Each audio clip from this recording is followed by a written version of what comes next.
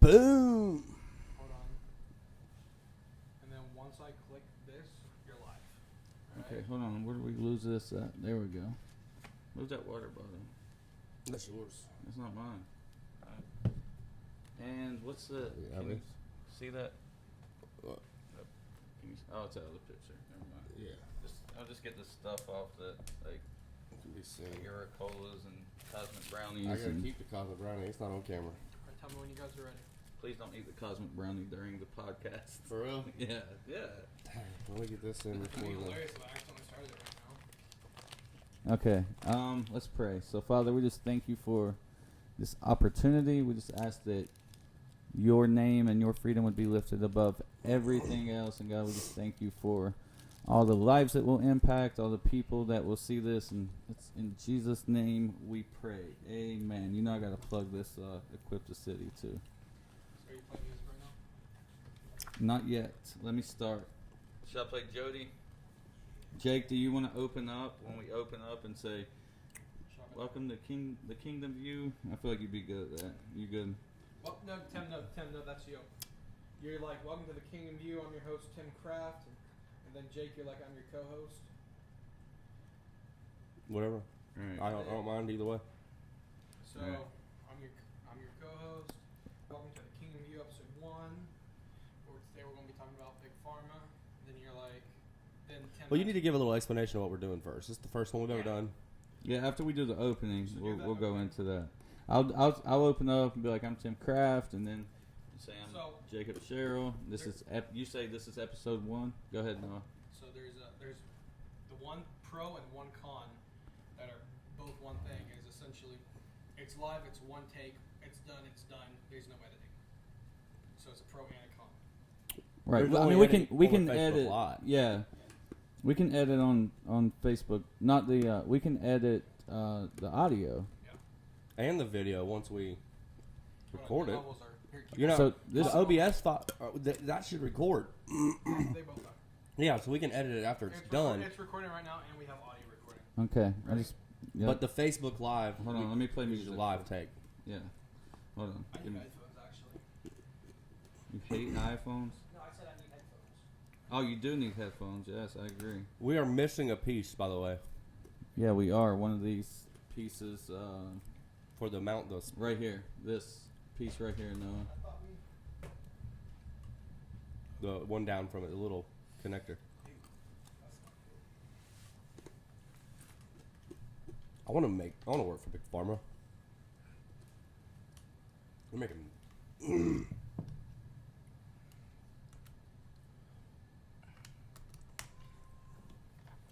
That's nice, ain't it? Let's see if they got a death toll up for Israel. I feel like I get by with playing Christian Grey without. Christian Grey. Yeah. Why do I know that name? All right, so Tim, here's what you're going to do. Here's the levels of it. You're going to talk. Just keep on talking. Okay. So, are you turning that down or am I? You will. I won't be here. How about Jake? Actually, You just. I can't I'll- right here. Yeah, here. What do you want? I'll do it. I'll go ahead and do Or what is it? Show me. For what? it. I got it. When he's you playing fade music? the music out. Yeah, right here. I just need a chair. Yeah. Yeah, I got you. Got it? Yeah. Okay. All right, so what I'm going to do is I'm going to count you guys down, and I'm going to go 5, 4, 3, and then I'm going to do 2, 1, and then I'm going to point to you. All right, Okay. bet. So wait, do we go when you point? You go when I point. Okay. That's the point. All right, you ready? Now, let me start the song over. Okay. Get it. Do you want it in the background at all? Like, when do you want it off? When do you want me to go turn the music off? After you talk. After you do your intro. All right, now, real quick before we start, let's establish a couple things. No Let's say- cussing. So, Tim, you have to speak directly into your mic. Yeah. But, hold on, you're hot. Here, Huh? talk anymore. What? Is it not? It doesn't sound that good, does it? You're in this one, right? No, he's right here. Okay. Oh, okay. Keep on going. What about now? Keep on going. What about now? That's not going to change It it. sounds poppy. Yeah, Go. he is, It's right here. Where's the lows at? Okay. There we go. Here it is. There. Boom. Then we're going to turn this down. All right, keep on talking. Okay. Yep. How's it sound? Sound okay? Okay. Are we going to be able to read these comments as they're coming? I was checking on my phone. Why does Jake sound a lot better than you right That's what I thought too. Look at me, dude. It ain't got nothing to do with Got, sound. it's like, got a face for the radio. You better not have that going on. Is You it got a really? Why is it doing that? My ringer's off. You got a face made for radio. But wait, there's more. Okay, what about now? Now you done took me out, brother. What you doing? Come on, man. Hold on. Yours shouldn't be that low. Mine's off. You just turned mine like off. Right there. All right. Okay. Go ahead. One. What about now? Now mine's gone. Yeah, what? No, it's not. Is it not? It's not that. I don't really hear it much. It sounds the same as it did. Go. All right. Okay. Okay. Sounds better with that. That Push works. that button. Yeah. Yeah, okay. All right. Okay. Ready? Yep. Let's get it. Ready? 5, I know why. 4, That's why, right there. Boom. Look at that, baby. You hear that? 4, 3, We got music. I'm getting ready to start as soon as he gets to 2. 2, 1. Welcome to Yeah. episode 1 of The Kingdom View. This is Well- pretty exciting. Yeah, it is. My name is Tim Craft, and we are coming to you live on Facebook. Let us know how the sound goes. We had a couple technical issues. Cool. Hey, man. I'm Jacob. This is going to be exciting, man. We've been putting a lot of work into this, a lot of preparation, hearts and souls, man. This is going to be awesome. So Yeah. let's see what happens. Yeah, so we're really hoping that this show, we want to hit on like real life topics, and we want to talk about real things that's Yeah. going on. But as we talk about those things, we really want to hit it from a kingdom perspective. Yeah. Can you? I feel like you need to go up a little. We need to hit it from a perspective that, man, how would the people that have the Holy Spirit living inside of them view all these real life topics going on? Right. You Because know? that's the point. Like, we're Christian men. Some of y'all watching will probably be Christian women, but we have to view the world from a Christian perspective. And so this is just how we view it. I mean, and it's not about right, wrongness, indifferent. This is how we see it. We'd love your feedback. Y'all stay active with us on Facebook. This will also be uploaded in the future to multiple channels. So stay active with us. Join us. We want to hear what you have to think. It's not about debates and arguments. What you have to think. Yeah, What you have to say. let me hear your opinion. Let me hear what you have to think. What Just you got think to it out loud. No, so we're excited about this. So Tim will start us off right here. Yeah, we actually we thought we would start off with a couple of man, it was an interesting weekend in college football. That it was. It was very interesting. So we will talk about that for just a moment before we get into our topic. So we'll talk about some current world events. One of those being Alabama lost. Alabama lost. That makes my heart so happy, and my whole hometown is just excited. Like, it's so good just to see Alabama lose. They don't Yeah. lose. Well, and that's the thing too. It's always nice to see like a new team kind of take that reign. Yeah. You know, like it's kind of like when the Patriots stopped being good. You know, we'll look back and be like, man, remember how good the Patriots were? Right. But when they win every year, it becomes, it just becomes. It gets very- old. Like, yeah. I read something. What is it? I don't know the number, so y'all can't quote me on this. But I think it was they've only lost like 12 or 15 games since under Saban or something crazy like that. Yeah, That's insane. sounds about right. He is now Alabama's great, but I will say LSU looks like one of the best college football teams in the country. Period. They Yeah. deserve to be number one. I think it's the first time LSU has had a good quarterback. Dude, he's bad. He's Joe a beast. Burrow. Yeah, he's a transfer from Ohio State, I believe. Yes, he is. Dude, he's killer. That dude. So going through LSU is number one. It's not surprising. They jumped the Ohio State University, who we love to hate on around here. I never had this problem when I lived in Beckley. It was never this rivalry of like Ohio State, West Virginia. Now, granted, Ohio State has been predominantly a lot better than West Virginia, but I will never back down. Yeah. How long? When do y'all play? Have y'all ever played? Man, I don't know. That could be a money It's game. I know we have played, but it's been a long time since we've played. So Clemson's still at number 3. Yeah. Yeah, Clemson's at 3, which is, they were at 5. Five. Yeah, so they jumped 2 spots. And then you have your team. Absolutely. University of Georgia. Red and black, baby. Number 4. That's us. And I'm they excited. jumped Alabama, which there's been a lot of debate on whether or not they actually should have jumped Alabama, because the only game Alabama's lost has been to the number 1 team. But then again, if on the flip side of that, Georgia's loss was a lot worse. They played South Carolina, but they do have big wins against Florida, more top teams, and Notre Dame. So Right. that's probably why they jumped there. and then we still got another one against another ranked team. So we have a strength of schedule. Yeah. So I guess that goes into what putting the rankings up there. Yeah. Did you see where 2030 that Georgia Ohio State are going to have a game? Oh no. So it's been scheduled in for 2030 and 31 season. Okay. That Georgia and Ohio State will play. Okay. So that's Okay. like a long time. It's Yeah. like 11 years from now. It's quite a while. Yeah. But I just thought that was interesting. Very interesting. Okay, so we won't talk about the Mountaineers as of when you get beat that bad by Texas Tech. There's really Oh, not my a lot to goodness. talk about. So, yeah, college football always interesting. We love our college football around here, and so it'll be good. So I don't know who all knows this. So as a current world event, which is important for us as Christian people to know this, Israel has been getting bombed today by missiles from the Gaza Strip and Syria. And so I'm not sure. I tried to look up statistics if they got a death toll out or whatnot yet. I know multiple cities and stuff were hit. But Israel took out some leaders of like ISIS and stuff early this morning in missile strikes. So because that made Gaza and Syria mad, that's why they're attacking. Yeah, Which and there's always conflict over there, but I do think that when Israel is, and it's crazy, it's even biblical about wars and rumors of war. Absolutely. Well, you're crunching that during. can you hear it? Man, my throat. I'm sorry, guys. But when you hear like of Israel being involved in conflict, it does always raise your awareness of what's going on over there, because obviously there's been just prophecy after prophecy of what will happen over there with the promised land. So you always keep an eye out for that. You always pray for Israel, and like we always want to be on the front end of that. Yeah, the word says those who bless Israel will be blessed. And I truly believe you can watch Israel and see where we're at in relation to our, as believers, end-time prophecy.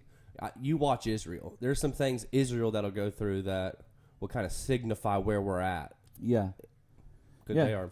It's very true. Even like the prophecy of them becoming a nation. Oh, yeah. Yeah, like would that happen? 1948, I think. 48. So even things like that, you have to like recognize as, okay, this is a prophecy that's been fulfilled. So that tells us we're one step closer to Jesus returning. A lot of scholars and prophecy nuts and stuff, that the guys that love it really believe that's when the clock started. Yeah. Was that is when the clock for the end time started, was in when Israel became returned as a sovereign state. Right. Which is crazy. Yeah, really crazy. After all they went through. That's insane. Yeah, man. It is. Okay, so let's talk about this one last topic before we get into it. Pretty interesting stuff. As you guys know, I've been a pretty big fan of this album since it came out. Oh, yeah. And that is Jesus is King by Mr. Kanye West. Thoughts?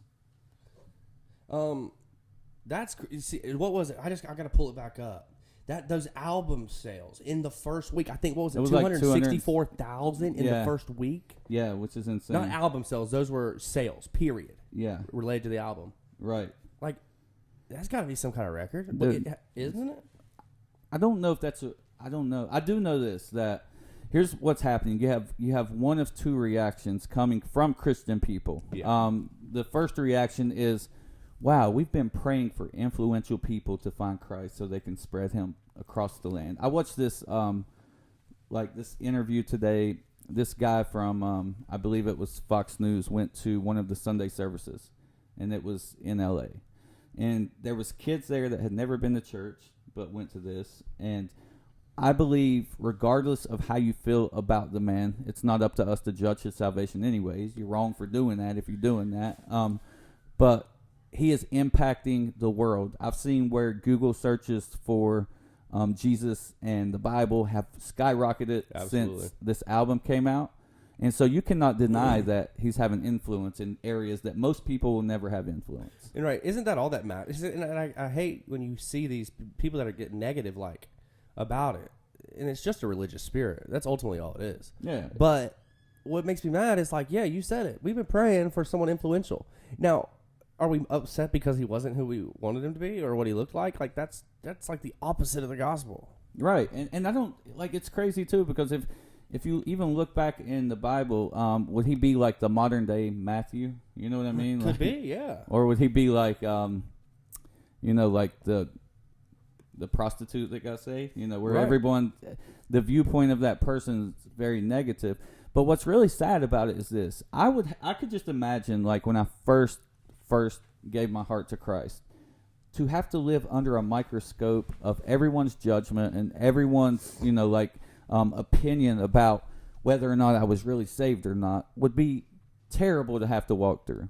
And it says a lot about religious people that they actually, this is the way they perceive someone that comes to find Christ.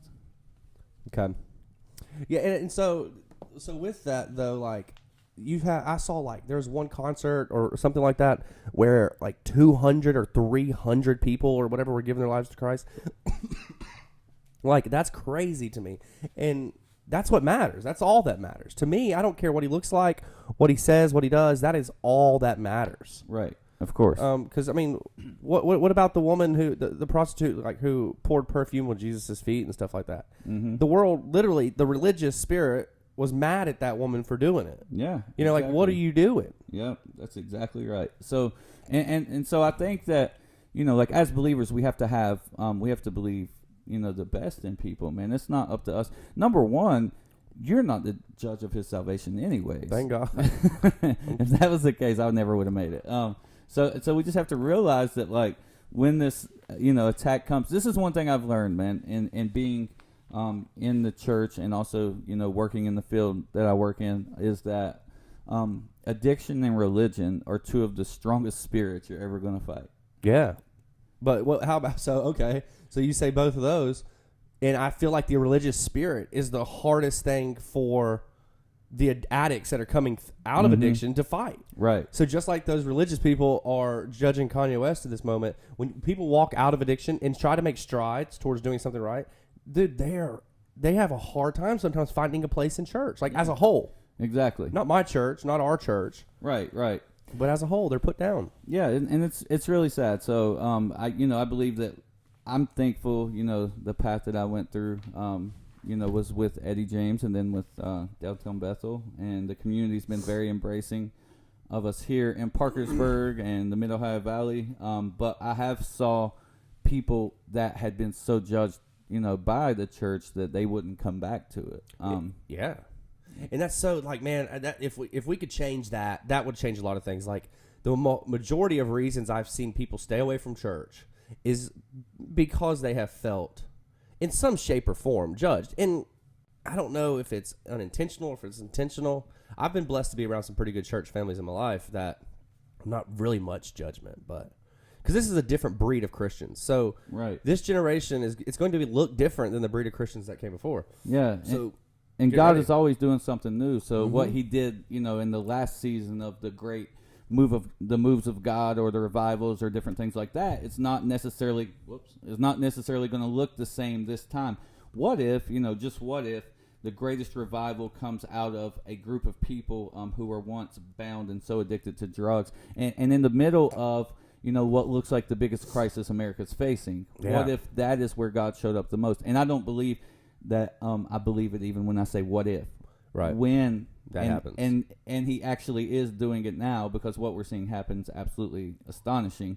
You have to begin to ask yourself, like, oh my gosh, this is where I believe the next greatest move of God is coming from a bunch of people who were once putting needles in their arm. Yeah, and I'm down with it because if you look at like the recipe that God uses in the Bible and all, like that's the perfect fit. The Word says He uses the foolish things of the world to confound the wise. Like and it's a huge army. The numbers of people who are in addiction right now in the United States alone, if all those people turned and went to Christ, man, the whole world would flip upside down. Right. That's a huge army. Right, of course. And then, so we're just going to use that and jump actually right into what this first episode is going to be about. Right after I give this little plug about our High on Hope Equip the City next Tuesday in Pleasance County, which is in St. Mary's. It's at St. Mary's First Baptist Church at 7 p.m. And it's actually not inside the church. They have an amazing facility right across from the church. Oh, it's awesome. Yeah, it's beautiful. And so we invite you guys to come out because we believe that God is doing very unique things to help combat this problem. And this is one of those efforts we believe that He is doing.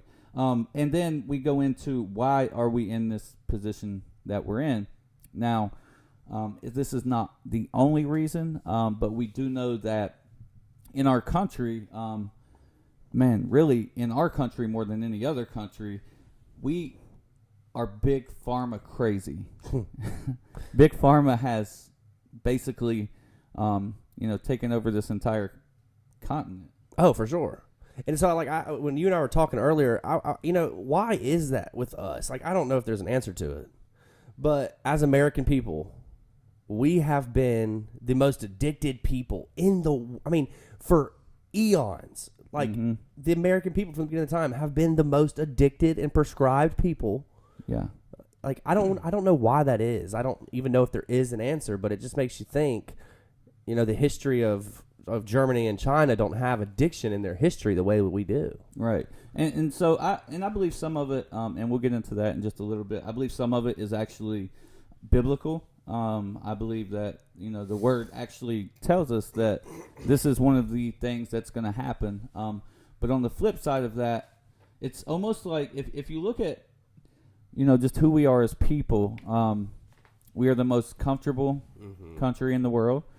We have the most luxury of any country in the world. So when a problem arises, it's our nature, just because really of, the way our country is, and this is not a bash on our country, we have an amazing country, that we find the easiest route to handle a problem in our life.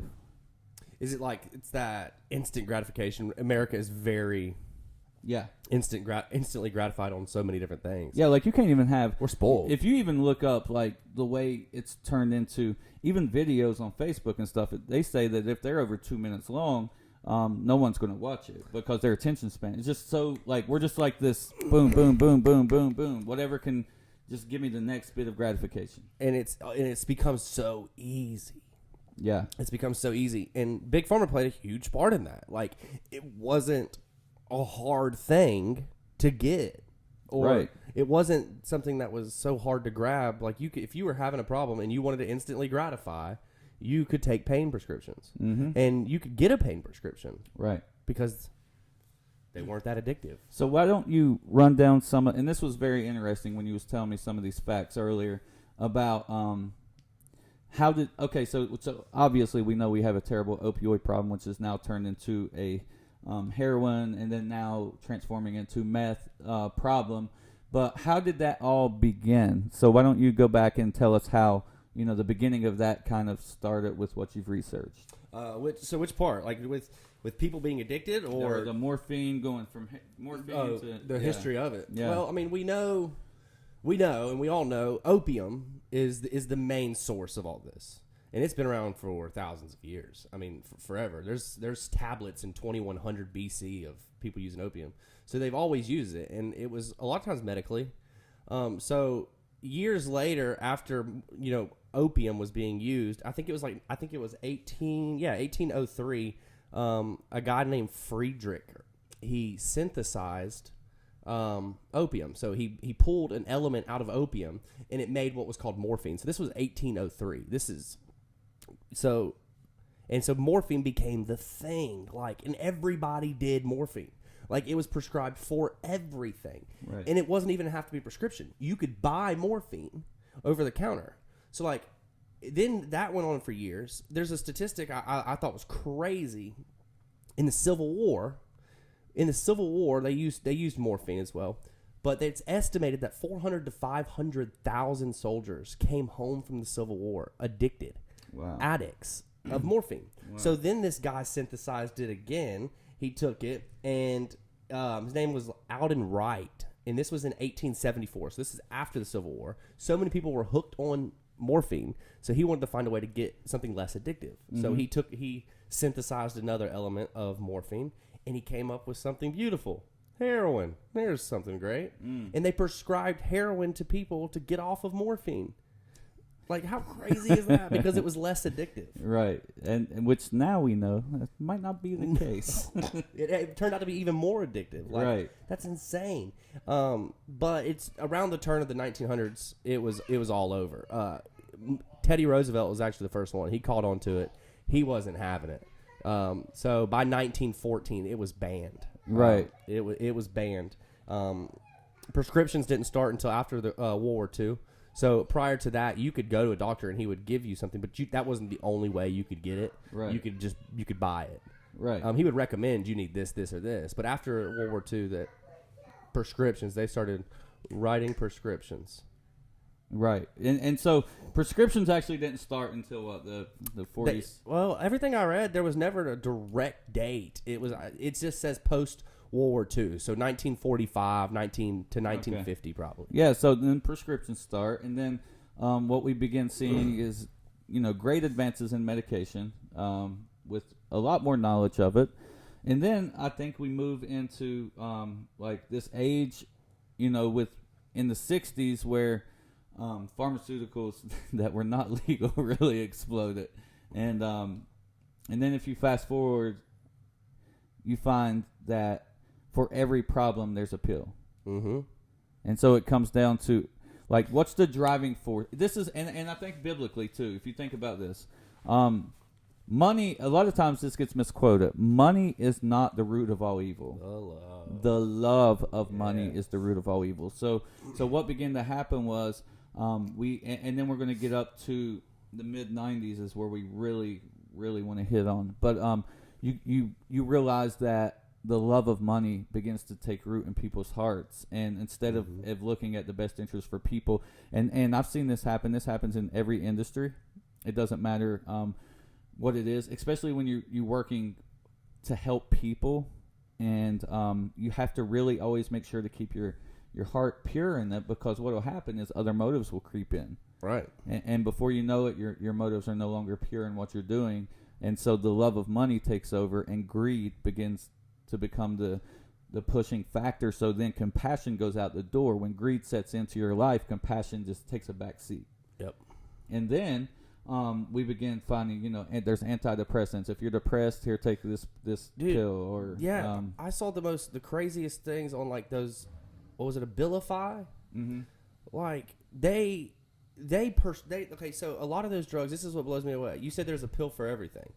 A lot of these drugs that are out were created for something made up, so they could sell it. So it's like, if I tell you have a bad mood, so here's this pill. Right. Like, there's conditions that never existed before the medication came onto the market, and medication companies and pharmaceutical companies started marketing it. Right. Just because it's money. So, like, it's a lot of money. Yeah. Like, it's a lot. I mean, it's trillions of dollars per year. Oh, it's not a small amount of money. So then we begin seeing, some certain prescriptions come into, the field with Tylox. I can remember that one before the big ones ever got here. You had that, and then it seemed like America began taking a pill for everything, and then 1996 hits, and something that I believe changed the whole trajectory of where our country has went since then happened, and that was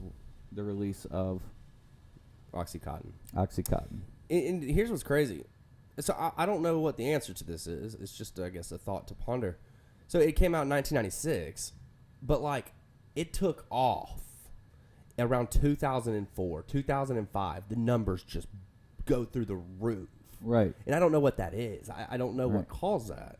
And then I think if you look to the way this all started, there's a book called Dreamland that really tells the story of how this whole opioid problem started. And a lot of it was out of actually in Portsmouth, Ohio, is where the birthplace of this big push for OxyContin really began. And there was a lot of underhanded things that were going on. A lot of, like, for one thing, the public was told that there was a less than 1% chance that OxyContin was addictive. Yep. And they pushed that Straight out. up. Like, they pushed it all over everything. Yeah, straight up lie. No truth to that whatsoever. A less than 1% chance. And so it's more like a 99.9% chance. There's a less than 1% chance you won't become addicted. And so then we see this big push of things, these drugs happening. And I can remember, like, I'm from Beckley, West Virginia, and culturally, what began to happen changed a lot too. So what happened was, like the big drug companies were pinpointing these very rural, hardworking, blue-collar people that had a lot of industry. So then there would be injuries because of the industry, like coal miners. Coal miners, they had very taxing jobs. So it was very easy back then, and I can remember this, for someone to go to a doctor, and you just walk up out of there with, basically whatever pain prescription that you would want, and you walk out. And meanwhile, like there's a family really behind this push called the Sackler family. And they came in, and they are the ones that, actually developed this medication and began to push it everywhere. And so we had like this group of people that were pinpointed in very poor economic places where if the industry was out, there was hopelessness. And then once hopelessness set in, you had to find ways to make money. So how could you make money if you couldn't work in the coal mines? The coal industry began to really fall out. And you can see how this all happened. Looking back, you can see, like the way, man, I'm telling you, the devil's behind every bit of it. And you can see how he would attack this problem. The coal industry falls out. You have a bunch of people looking for, how can I replace an income? You go to a doctor, you get a prescription, and you sell it. So then crime becomes the determining factor of this whole opioid crisis. And then you have people that would never be criminals out here committing crimes. Right. And then we see the rates, following that, the rates in the country go up on prison rates and everything. So Ohio, and tell me if I'm wrong, Ohio, West Virginia, Kentucky, and I think Pennsylvania are combined. The overdose deaths in those states combined is more than the entire country. So that what? Okay, so is that correct? I don't know if that's. I think so. Okay. We'll have to verify it, and I'll do that in just a sec. But I know that this is the epicenter for opioid addiction. Right. We live in the tri-state area, and it is absolutely. And I'm from the South, so I'm from Georgia, and I have never seen it so prevalent like I have in these communities. I went to Huntington one time with y'all, and I have never seen a city so engulfed in opioid addiction. Right. Like ghost town almost, dude. Yeah, dude, it's crazy. The town my mom and dad are from is called Welch. It's in McDowell County, and it was basically the only industry in the whole entire town was coal. And so once that fell out, OxyContin came in and just basically demolished this town. Now, if you would drive through there now, it looks like a ghost town that's been ran down like to no end. And that's drugs that did that. It is. That's opiates that did that. It is. And it really goes back to when these huge drug companies that were, driven by greed, pinpointed these communities and really just demolished people's life. Man, there's been, the overdose rates are just ridiculous now. And then it goes from OxyContin. And then there becomes other drugs on the scene, like Opana comes later, Roxycodone comes later, and then Xanax goes up real high. So what started as, what seemed like, oh, this will be good to help my pain, turns into this crippling problem. So then, we decide that we're going to make it harder for people to get these prescriptions. So, but that was the thing. So you were around it more than I was. So It was literally probably the easiest thing. And then when I hear about like the Oxy Express and people going to Florida and pill mills and like it was easier to get Oxy probably than it was anything else, or opiates than it was anything. Yeah, it was. It was. I remember me personally. I would go to there was these clinics I would go to. One of them was called the Hope Clinic. The dope clinic. Yeah, and I forget what the acronym standard for, but it was something ridiculous. And then so what would happen is I would find like just one example, and let me go back by saying I don't blame my addiction on anyone. You know, like I'm responsible for every decision that I made. So I'm not, as I tell these stories, I'm not in any way like trying to pinpoint or push the blame to somebody else because I was a grown man. I made decisions. I had to live with those decisions. But I went to this clinic one time, and I was so addicted by this point, man, that I really could not go without this medication. And they knew the game. They knew what, you know, like even the people that worked there knew, but there were certain regulations they had to follow. So I go in and I cheat on my drug test. I had some clean urine, and I cheated. I got caught. Long story short, I caught a charge for trying to fraudulently obtain oxycodone. And so, and when I, you know, look back on that now, the reality was, man, I just was addicted and didn't know how to not be addicted. There wasn't all the resources that's out there now. I didn't know of anything like that's out here now. So, you know, my only answer at the time, you know, was how do I go get more? And so I didn't know how to get out, how to be free. I didn't know any of those things in the moment. But instead of, you know, saying, listen, man, you've got a problem. Right. You know, let's see if we can help you. It was, you know, this is, you're a failure. Here you go. So, I think that's where we mess up a lot of times, too, with people. Yeah, for sure. But it is the resources that are developing. And I love about this community of the people who've come out of this, man, is majority of the time I see their hearts go back to wanting to help more people get out of addiction that they were in. So I see a lot of people in this that are willing to serve and help. Like, but I would say, I don't know what did it. 2000, I was looking at some numbers, and in 2015, for some reason, in 2015, the estimated addiction rate went up by 72%, and the death rate went up by 21%. It's crazy. So I don't know what changes that, but that's a staggering number. Like, this is an epidemic that is absolutely destroying this next generation. Like, right. And we have to stand up and do something. Right. And I think you have done a pretty good job of that. You have really pushed in that direction. But it's why is it so prevalent just in this? It's all over. Oxy's gone. Right, Oxy's gone. So then we'll go into OxyContin. They take it off the market completely because they begin to realize, like, okay, this is a huge issue, and then you'll get into in just a moment some of the lawsuits that came from that and all that. So then, and this is where I really want to get to. I want to hit the biblical point right here. Yeah. The biblical point being that. There's some scriptures in the Bible where it actually talks about the Greek word being pharmakia. Yeah. It's mentioned in Galatians 5 talking about a work of the flesh is pharmakia. If you read it in your English translation, it's going to say witchcraft or sorcery, depending on which translation that you read. But that word is actually pharmakia. Yeah. And then in Revelation 18, this is where it gets really interesting. It talks about this word again. And it says, the nations will be deceived by their, and then if you read it, it'll say like witchcraft or sorcery. And so you think to yourself, like, okay, they're just practicing witchcraft.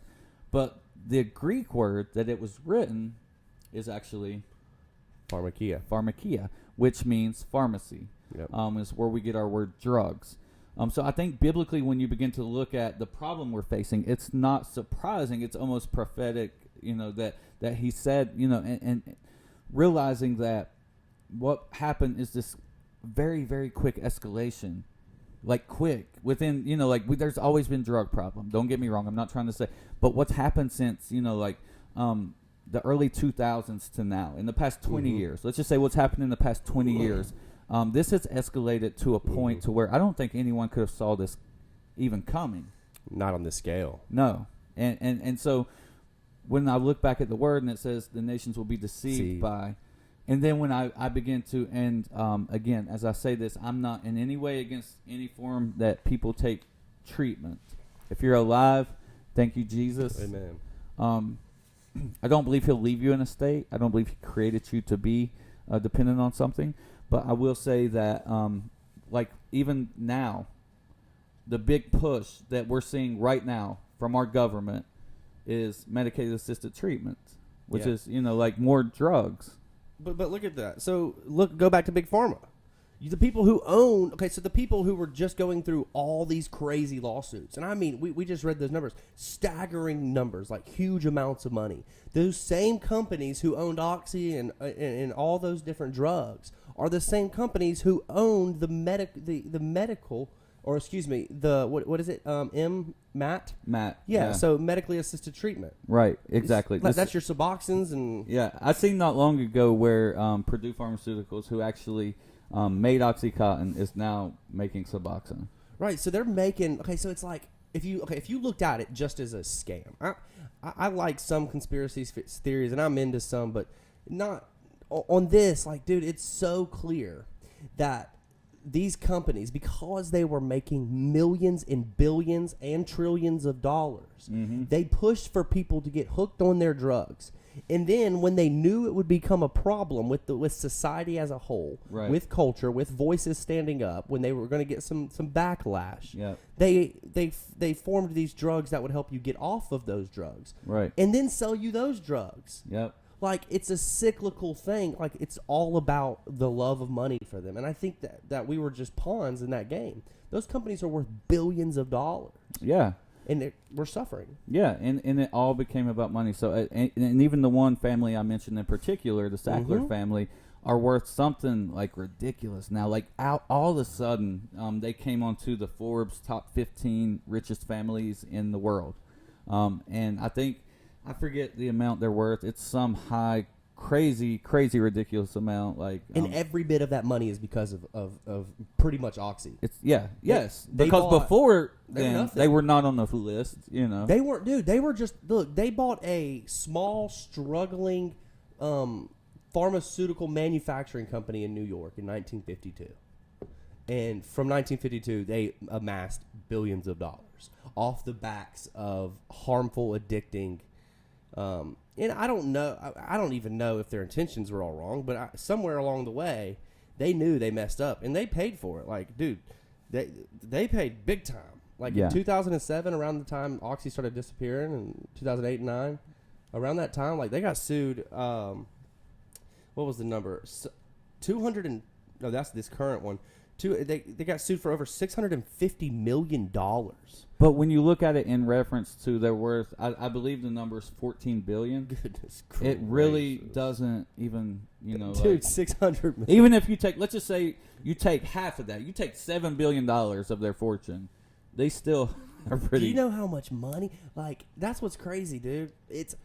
That's 100. Okay, wait, how do you say it? A billion is 100 million.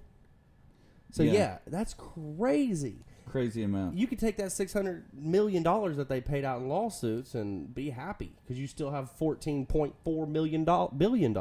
Yeah, it said, wow, this is crazy. It says that in 2016, they were worth $13 billion. And they were selling, it says right here, that OxyContin, a long-lasting narcotic pain reliever, launched in 1995, and by 2003, it was selling $1.6 billion of the product annually. Yeah. $1.6 billion annually.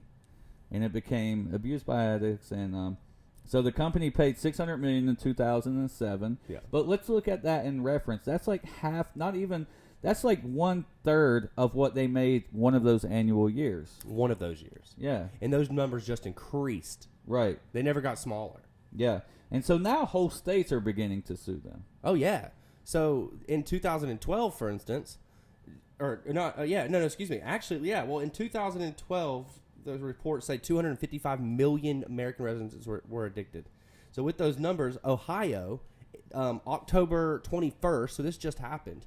October 21st, Ohio sued multiple pharmaceutical companies that produce a lot of these opiates. So they sued them for $250 million to 2 counties. That's just 2 counties. It's how do you say it? Cuyahoga and Summit County. Yeah. So that's Cleveland and Akron. Yeah, that just happened, right? October 21st, 2019. Yeah. Yeah. $260 million for 2 counties, which is much better than it looks like in 2015.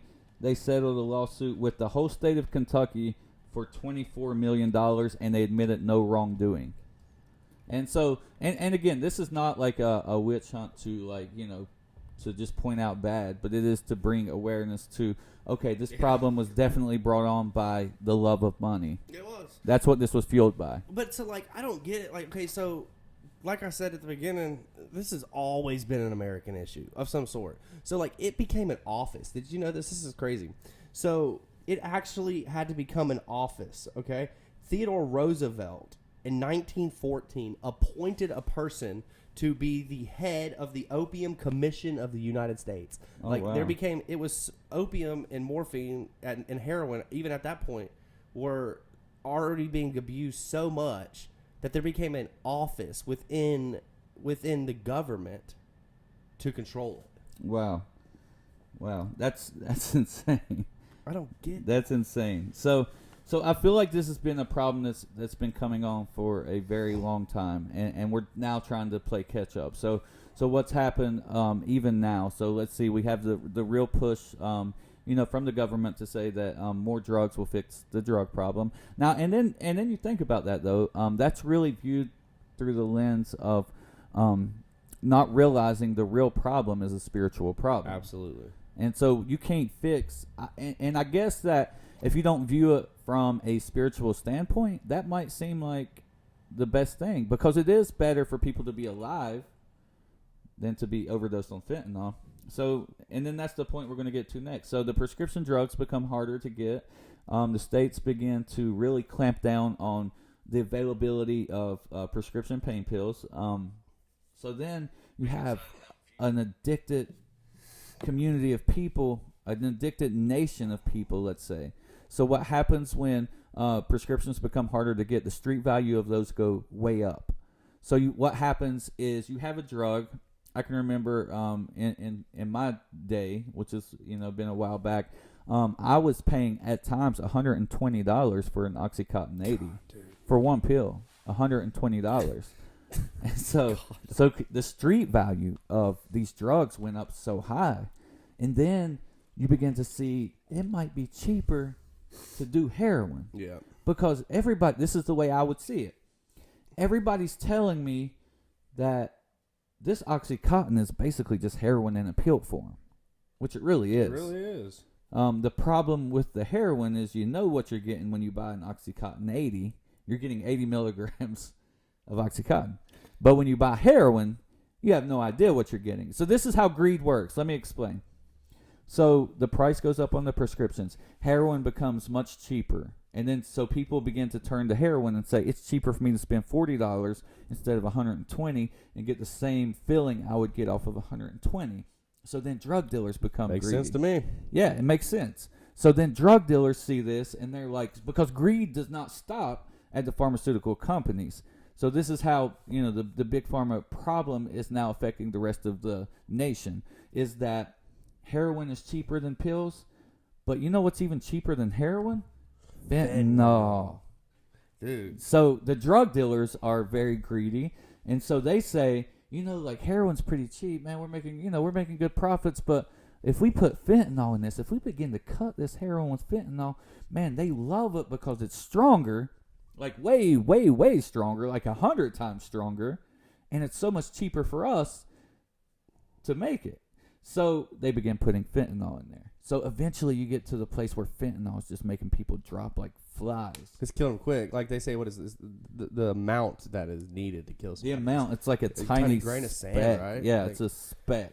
It's literally like a speck. That's insane, man. So I just feel like that's really bad drug dealing techniques. Like, to me, I want return customers. If Right. I don't, you know what I mean? Like, I don't want to go out there and be killing all the people who are going to be buying my dope. Exactly. But, I mean, I don't know, man. It's so terrible. And it is. I think this would be the greatest army. Like, I can't get that out of my head of what you were talking about earlier. the greatest army for the Christian world is if we do whatever we can, or we reach enough people that we can change this tide of addiction, because it's wiping our friends and people we know and this generation out like flies. Yeah, and it's the fentanyl. I mean, it's when the fentanyl introduced, the death rates skyrocketed. Remember that batch in Huntington where it came in and heroin came in, and like, what was it? Remember we were in Parkersburg at the time, but it was 52 people overdosed within like 2 hours. Yeah, it was. Yeah, that's insane. Yeah, I'm not buying from him next time. Right, exactly. And but see, the problem is we, like now being removed from it, we think to ourselves, like, logically, you would not want to go buy drugs from that person because I might die. But when you are in the state of addiction, and the stronger the better, that's what you want, and that's what people are after. So what's happening is you're taking a chance with death every single time, which doesn't rationally make sense to most people, but the addicted brain does not think rationally. And I think we know that by now to be a fact. So, how do we, like, we're in we have our country is in what seems like a mess. Now, I never lose hope, because like what you just said is very true. I see, if you get you get people set free, man, because, and I'm going to go back and say, what I've always said and what I always do say, that I don't believe that addiction is like a dysfunction like we classify it. I believe it's actually a gift that's been twisted and perverted by the devil. Absolutely. So when people become sold out to the wrong thing, it looks like a dysfunction, or there's something wrong with you. But the reality is, when people begin to learn to use that gift the way that God intended for them to use it, man, very, very powerful things happen. Yeah, I absolutely agree. And so the answer would be what?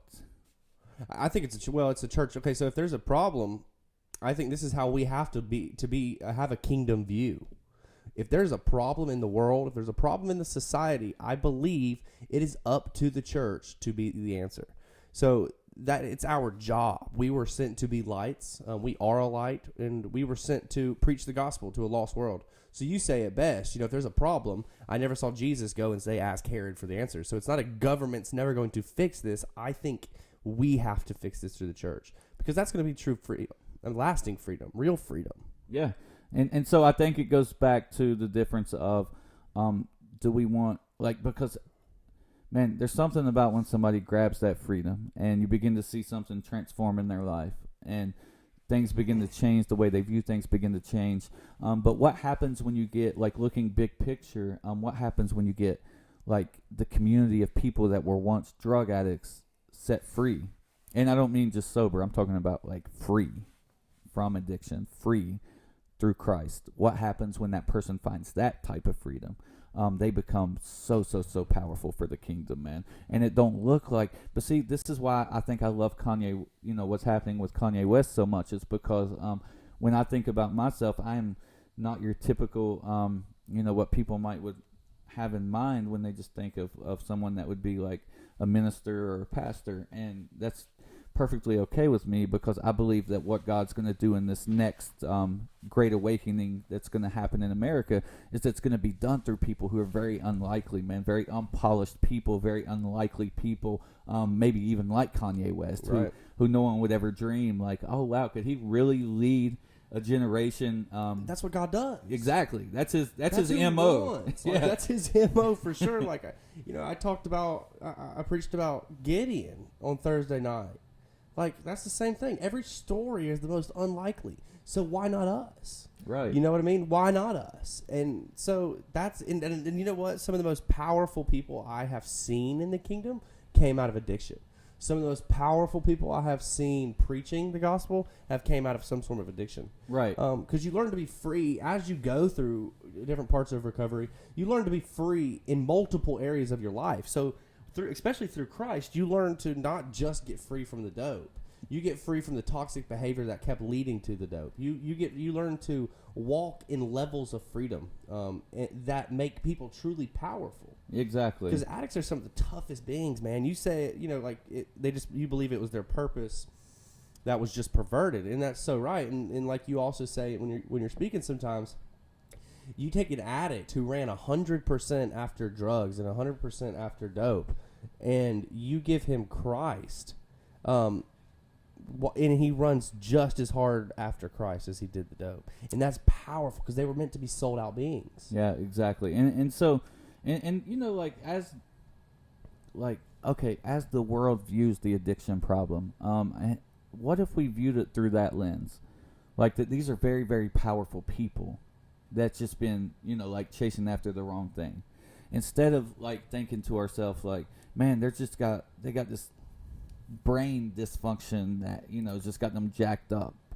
It's a disease. Yeah. So what if we would like view it through, man, when we connect them to the source of freedom, when we connect them to what can actually begin to transform their life. Absolutely. It's not a behavior. Anything that becomes, anything that just becomes routine or tradition without any type of power turns into a religion. I don't care if that's recovery. I don't care if that's church. I don't care what it is. The principle is the same.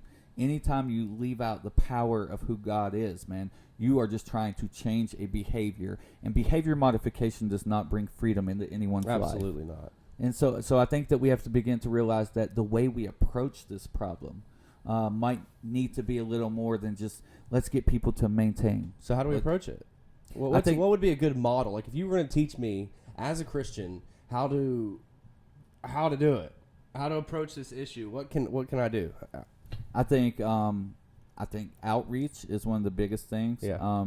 And you know, like, man, just getting out there and showing people one of the things that helped me transform was people that genuinely loved me the way that Christ would love me.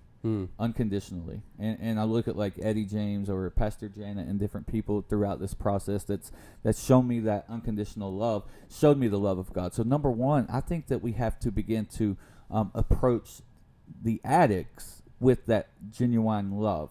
Now, once we encounter them, I believe that accountability, discipleship, mentorship must come into place. They have to be accountable, they have to be discipled, and they have to be mentored. And then I believe that one of the main things I believe when we're attacking this problem is that when we are teaching people to overcome addiction, we teach them how to walk in the gifts that God's placed inside of them. One of the things I so respect about Dream Life and Eddie's ministry is that it really focuses on what gift has God placed inside of you, and how can we help you cultivate that gift so that you can walk in it, because purpose will always take you forward. And when you begin to find that purpose, you won't go backwards. So then, on a bigger scale than that, like as the body of Christ, when we go back to, we say that Herod is not, you know, the answer to it, right? I believe we can still say that now, that, you know, nothing wrong with government, but we can't look to them to bring you know, the solution to the problem when we know the solution to the problem. But what does that look like practically? So I believe that's, you know, like, this is just for me personally. I believe that's why God's given us certain ideas, like Equip the City, where we teach the community how they can, you know, like, just help someone practically get into a detox center. Practical things that a lot of people don't know. And so churches should be the number one hub that is actually helping people get out of addiction. If you ask me, man, we should have transportation set up. We should have treatment placement at every church. We should have like recovery, faith-based recovery groups at every church. We should have all these, you know, like, it should be the church that is walking in this. Now, I will say that in the Mid-Ohio Valley, I do believe that what God is doing is pretty phenomenal, because we see so many churches that's gotten behind this. And we've seen, you know, like, the community really say, okay, what can we do to hold your arms up, to help you keeping your strength so you can keep going forward. So I do believe that we're seeing awesome things happen here, but it has to be on a larger scale. I just think that we just keep grinding and we keep pushing. We're seeing a difference being made. I do believe that. With the difference being made, there comes problems. We are currently facing a problem in Parkersburg with a lot of people are saying that it's unfortunate too. Some of our outreach organizations like Mama T and the Warriors, who, you know, go out and feed people every week, or the Warehouse Church that was going to feed people at Quincy Park, are now being told they're not allowed to do that For anymore. real? Yeah. When did that start? Just last week. Mama T's being told she can't go out and do what she does. Yeah. That's insane. Right. And Like those people are doing the best thing possible. just showing the love of God That's to people. crazy. Yeah, it's insane. So the reasoning they're saying for that is because what's happening is this is what they're saying. This is not what I'm saying. Is that due to a lot of more recovery things popping up around the area, we're getting a lot more homeless people that don't complete these recovery programs. So what's happening is when they leave the recovery program, instead of going back to where they came from, they just end up being homeless in Parkersburg. And so they're saying that that's beginning to enable people's actions. Yeah. That's insane, man. Like, because that's it, man. Okay, so I was at a place when I was younger called Paul Anderson Youth Home. Mm-hmm. And I was not a believer or anything like of the sorts. But what changed me was that I saw these men and women who worked there, who devoted their lives to terrible teenagers who cussed and spit and fought everything they ever did, but they loved them. Mm-hmm. And they showed up every day and they kept loving them. Like, you know, there's no saying they loved the hell right out of them. Yeah. Like, and for me, that was staggering. I didn't understand it. And so the most attractive thing about when I became a Christian, the thing that attracted me the most was that I saw how consistent they were with their love. And I think that will be the greatest thing we can do for addicts. And that's how you started off answering that question, was we have to love them right. Yeah. Because we're going to get frustrated at them, man. We're going to be mad at them. Matter of fact, the hardest thing is if with family. You've been mad at them for 15 years probably. They've been doing things for 15 years. So the ability we can do, the ability we have to show Christ to them will be the most determining factor. And we say, okay, well, we do. But we see the same thing happening with Kanye West, just on a different side. There's Christians who aren't showing the love of Christ to him. They're skeptical of him. They're beating him down. They're attacking his faith. Yeah. And people are going to attack the addict's faith too, which is very true, because they expect a lot out of them when they've done so wrong for a long time. Right. So we've got to be consistent in loving them. Yeah, and I think that's it. And there's going to be and this is the thing too, man. There's going to be people that mess up. There's going to be people that you try to help, and they might not get it the first time. They might not get it the second time. They might not get it the 17th time. Yeah. But they might get it on the 18th. And this is, you have to have that, okay, I think about the way we're supposed to love people, the relentless love that chased after me when I wanted nothing to do with it. That didn't give up because I said, I'm still going to go make a bad decision. Right. That's the type of love that we have to begin to show communities, you know. And I believe that that's what they were doing. I really believe that what Mama T and them do is they show that relentless love, consistent. It don't matter, dude. I watched them last. I seen where she would post stuff, and it would be like last winter, and it'd be like 7 degrees outside. Right. But guess what? They were there every week. You know, and I think it's important too. So I believe the answer is Christ. I've heard of, and I've met, and I know people who have found freedom, or no, I won't say freedom. Have found sobriety. Right. In multiple different ways. And here's what I have found so important and so cool about what High on Hope does and how we do it is we have to all team up and stick together. Like, it's not just going to be High on Hope fighting this issue. No, not at all. In the love that I've seen in the Christian community about respecting people who are running the same race, that's so cool, man, because everybody almost in this country, I would say, has a friend or relative or family member or something that has been affected by addiction. Mm-hmm. And to see these advocate groups and these different programs and stuff and ministries rise up and fight this together, that's going to be so key. Because if an addict sees division in your walk, then he's going to expect division. So we have to be authentic. Our walk is going to be very important for the people we're trying to love. Yep. Because you got to realize addicts are people who, for so long, they have distrusted so many things. Mm-hmm. So the part about having the love of Christ is the consistency of love. And because I love, man, I was reading the Passion Translation on Thursday night, and love, what did it say? 1 Corinthians 13 is the love chapter, but in the Passion Translation it says, love never ceases loving. So, like, it never stops loving you. So that's real love. Yeah. And as Christians, teaming up with people and walking that consistent lifestyle is so key to somebody who's skeptical of everything around them. It They're is. just looking. I mean, really, even if their heart wants to be free, their brain's looking for a reason to get high. Yep, that's exactly. You've got to right. recirculate. So I think the hardest part about addiction is the habitual attributes of our drug use. Mhm. So like you used for 15 years. Let's say every morning for those 15 years, you scored a bag of dope. Your brain has learned to work that way. Mhm. So when you're mad and you're glad or you're depressed or whatever, you've treated those symptoms for so many years with using drugs. So now you're going to be faced with all those same emotions, Right, exactly. but you're trying to learn how to walk in freedom. Of course. And it's tough. And it is. And everybody plays a part. And every church we go to, every event we go to, every area that we go to, we always, we try to spread that message that it's not just one organization that's going to overcome the problem. It's going to be everyone on a unified front making that problem go away. I want to hit a last couple things. Really just one last couple thing about where everything is headed.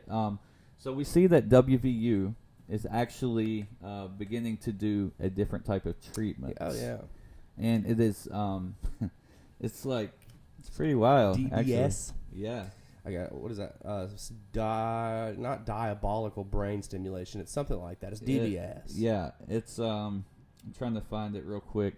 It was pretty interesting when I read it. It is, deep brain stimulation. Deep brain. I said diabolical. To fight the opioid problem. So what are your thoughts on that? Okay, so a couple things. One, I'm never allowing somebody to do it to me. Okay. But it is showing to be somewhat effective. Here's what they do. They go into your brain and they go to the reward center of your brain and they literally put electrodes, tiny electrodes, almost like a pacemaker for your heart. I read in that article. I think that's even what they called it. And that article was good. It was done by, I want to say WVU University, I think, right? That's where they're doing it. Yeah. WVU today. Yeah. So, and they go in and they go to the reward centers of your brain and place these electrodes, and it is supposed to curve the impulse and compulsion of related to opiate addiction. So they have seen some success, and there are some cases where there are success. But there's a lot of people that are the word's not immune, but they're not affected by the treatment at all. One, right now, everybody going into those, it's a trial. Now it's a trial.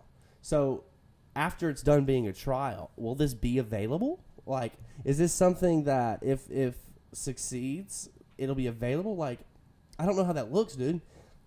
Yeah. Like, if I want to get off of heroin, I could call my Medicaid treatment and see if they'll schedule my brain surgery. That's what's funny. I just can't. I don't know that Medicaid will pay for that. Man, it seems like it might be kind of expensive. Yeah, they're putting a pacemaker in your brain.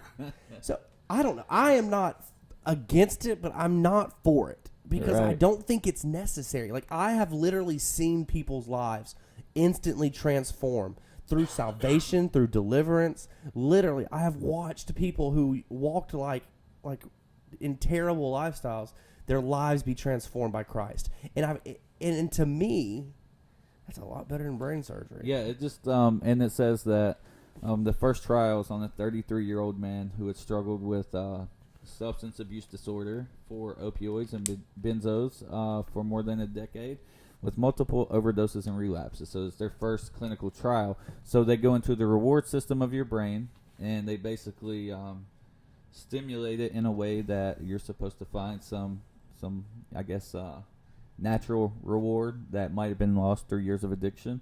But I just think, like, I can't. I go back to man, it's a spiritual problem, and so I think that until we learn to treat it as such, we're going to see like mixed results. We're not going to see great results of how people overcome it. Yeah, I don't think so. Like, I really don't think so. I think we have to deal, because there's the brokenness in the country, in the world, and the depression and anxiety. Those things have gone. Those right there have the statistics on depression and anxiety have skyrocketed right along with the drug abuse or the opioid addiction. So, like, until we learn to address these things as a church, as a body, this is where it's going to change, because we're looking, and you say it well.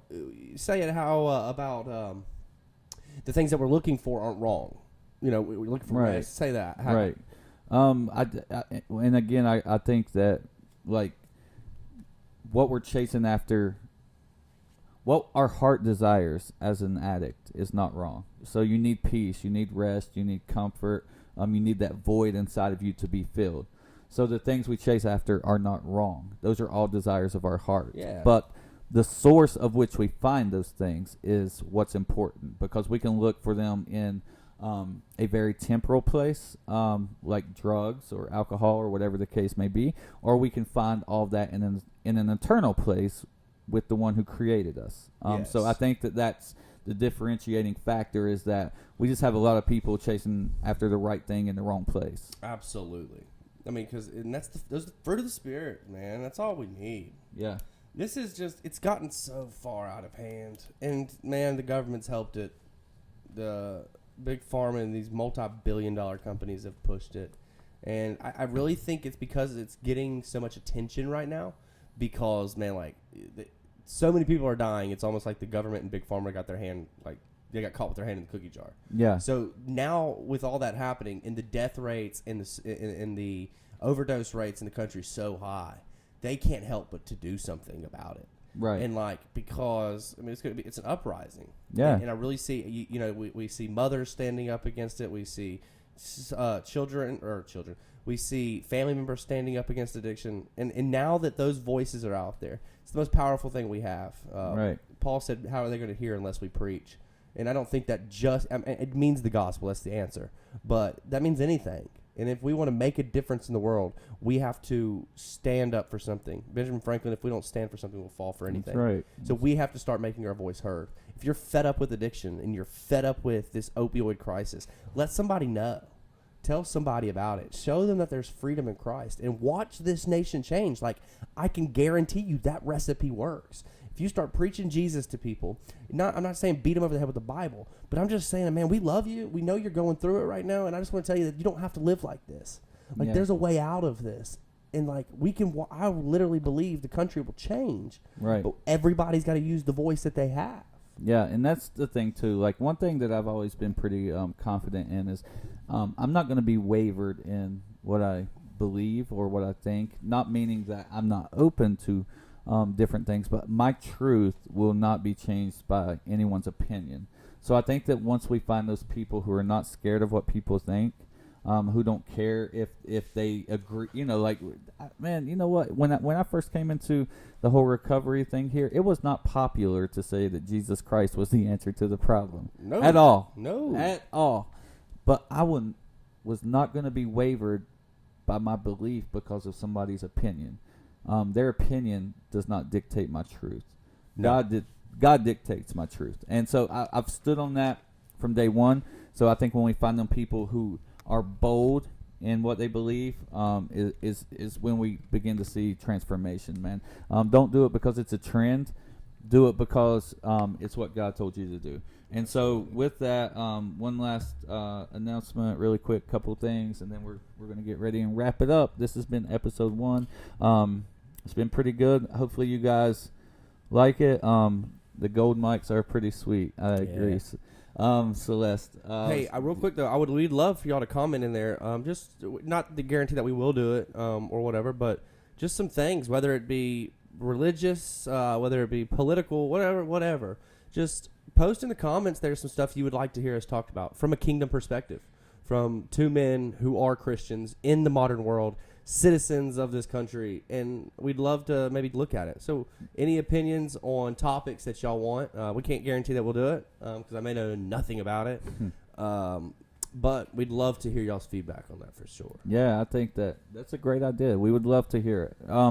So December 1st, 2nd, and 3rd at the Dill Center, there's going to be an event called the West Virginia and Ohio Awakening, and it's where Downtown Bethel and Life Changers and High on Hopes kind of teamed up together to bring these 3 amazing days of just time with the Father. And so we would like to invite you guys to that. The first one starts Sunday night, and then there's 2 on Monday, and then there's 1 on Tuesday evening. But if you go to our page, you'll see the flyer. So we want you guys to not miss that. And No, for sure. That's gonna be awesome. yeah, awesome. Something else really cool too. I just want to throw out there. We are coming up on our first graduates for Brandy's Legacy. Ooh. Yes. When is that?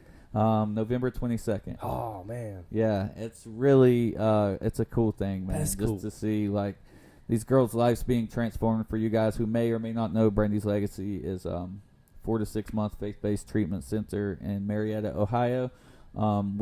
If you guys know of anyone needing help, we do that also.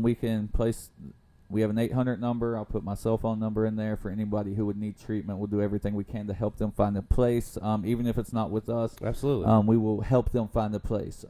We just believe that the more available we are, the better we're going to serve this community. So if you know people, send them our way. Yeah. We'd love to be able to try to help them. There are answers. There are people willing to help. Yeah. Call that number for real. Yeah. And what's really cool too is we have babies in the facility Yeah, over we there, which is my chest is fighting this chest cold, which is pretty cool to have little babies in the facility. Isn't that Yeah. is pretty cool? How many y'all have? How many babies right now? 2 babies. 2 babies. Yeah. I will say this: the girls, and I've met, man. I can really see Jesus on them, man.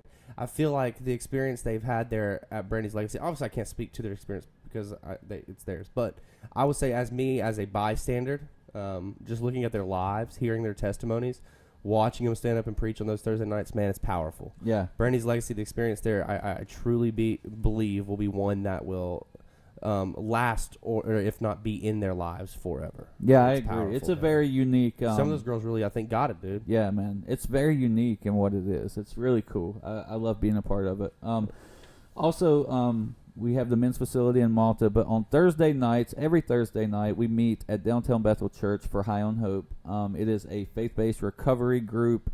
Man, we're seeing like 4 or 5 different recovery centers show up to this every week. And so if you guys know anyone, send them our way. We would love to be able to minister to them, talk to them, and just connect them to a family of people who can walk this thing out with them. So 6:30, Downtown Bethel, High on Hope.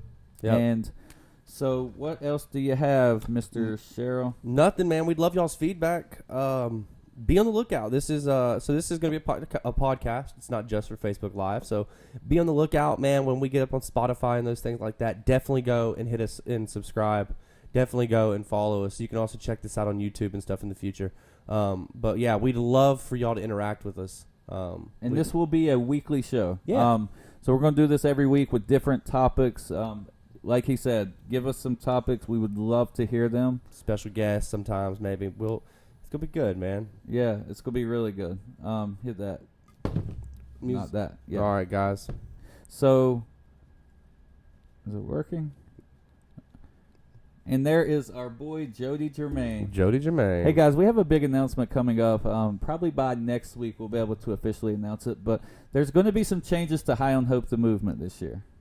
It's going to be completely different than what we've experienced in the past. I feel like that God is definitely evolving the vision of what this event is, and for sure. yeah, so it's growing. The vision's growing, it's evolving, and so we're hoping to make a bigger impact. So be on the lookout for that. And Absolutely. This is the Kingdom View. This has been episode 1. Thank you guys so much for tuning in. We love y'all. Thank y'all. We will talk to you next week. Smash that like button. Yeah. See you guys.